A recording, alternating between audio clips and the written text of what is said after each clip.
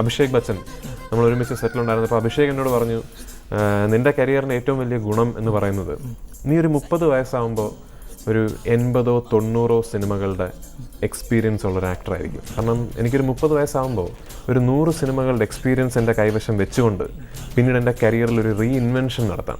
അങ്ങനെ റീസ്റ്റാർട്ട് ചെയ്യുകയാണെങ്കിൽ അത് എങ്ങനെയായിരിക്കും വ്യത്യസ്തമാവുക? താങ്കൾ എങ്ങനെയാണ് താങ്കളെ പുനർനിർവചിക്കുക? എനിക്കെന്നെ സ്വന്തം പ്രൊഡക്ഷൻ ഹൗസ് തുടങ്ങിയാൽ കൊള്ളാമെന്നുണ്ട്.